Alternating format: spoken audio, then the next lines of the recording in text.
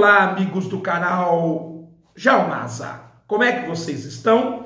Nós viemos para uma coluna do jornal A Folha de São Paulo, em sua edição 33.621, quando na quarta-feira, 21 de abril do presente ano, no caderno Saúde, portanto na tradicional última página chamada Folha Corrida, na quarta passada, a página B14, nós vamos destacar mais um artigo do Marcelo Viana, que é diretor-geral do INPA, o Instituto de Matemática Pura e Aplicada no Rio de Janeiro.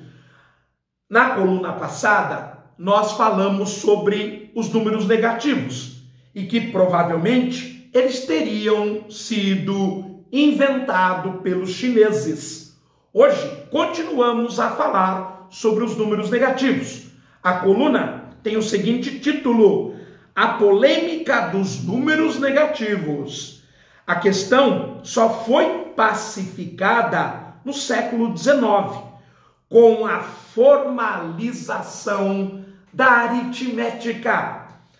A primeira menção escrita aos números negativos remonta aos 9 capítulos da arte matemática publicados na China por volta do ano 200, pessoal.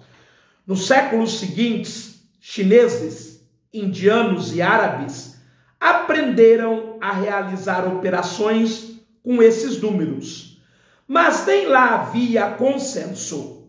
O famoso matemático indiano Bhaskara, que viveu de 1114 a 1185, dizia que soluções negativas da equação quadrática não são válidas porque as pessoas não aprovam soluções negativas. E dessa maneira, é claro que entrou a subjetividade, mesmo numa ciência exata.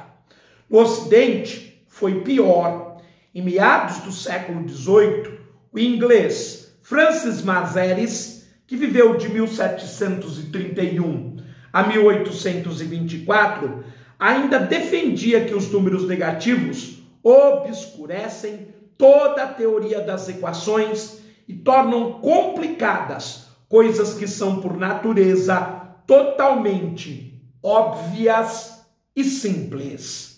O francês Nicolas Chiquet foi o primeiro europeu a usar os negativos como expoentes na segunda metade do século XV, mas, como muitos outros, ele os chamava numeri absurdi, ou seja, número absurdo. Já o franciscano Luca Pacioli, que viveu de 1445 a 1517, usou os números negativos para representar dívidas em sua obra Suma, publicada em 1494, que criou um modelo de livro de contabilidade de dupla entrada. Pois é, gente, veja de onde surgiu então aqueles gráficos que quem está acostumado a mexer com contabilidade faz com muita frequência, os chamados razonetes. Do lado esquerdo a gente coloca os ativos, do lado direito nós colocamos os passivos. Outro italiano, Rafael Bombelli, que viveu de 1526 a 1572, escreveu as regras de operação que aprendemos na escola. Menos vezes menos dá mais, em sua álgebra, publicado no ano de sua morte, em 1572. Ele usava M- para representar negativo e P+ para representar positivo. Os sinais negativo e positivo que usamos hoje se popularizaram ao longo do século seguinte. A posição de René Descartes, que viveu de 1596 a 1650, era ambivalente. Considerava as soluções negativas de soluções como falsas, mas compreendia como transformar soluções negativas em positivas, e isso fazia aceitar os números negativos. Por exemplo, se nós tivéssemos uma medida negativa, menos 1 metro, para transformá-la numa medida válida, era só inverter a direção de onde nós começamos a medida. O inglês John Wales, um dos maiores matemáticos do início da Era Moderna e que viveu de 1616 a 1703, tinha ideias estranhas. Discordava de que negativo fosse menos do que nada, mas achava que é mais do que infinito.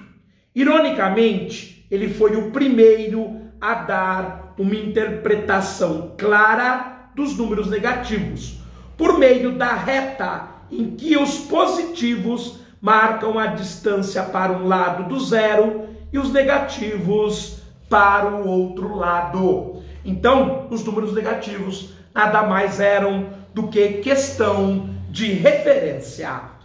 Gottfried Wilhelm Leibniz, um dos inventores do cálculo diferencial e integral, um dos maiores polímatas da história e que viveu de 1646 a 1716, concordava com as objeções ao numeri absurdi, mas defendia que ainda assim podiam ser usados, na medida em que dão resultados corretos.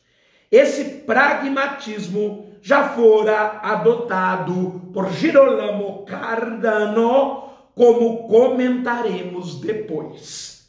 Em 1765, outro dos grandes matemáticos da história, Leonhard Euler, que viveu de 1707 a 1783, iniciou a sua introdução completa à álgebra com as operações com números positivos e negativos, voltando à ideia de dívida para explicá-las. Mas a polêmica dos negativos só foi pacificada no século XIX, com a formalização da aritmética. A essa altura, a extensão da ideia de número já fora muito mais além, já que apareceram os números fracionários, posteriormente os números complexos e os hipercomplexos. Mas isto, é claro, serão assuntos que serão trabalhados em outras oportunidades. Por hoje, encerramos o nosso trabalho. Fiquem bem, tudo de bom. Eu volto oportunamente. Até logo, pessoal!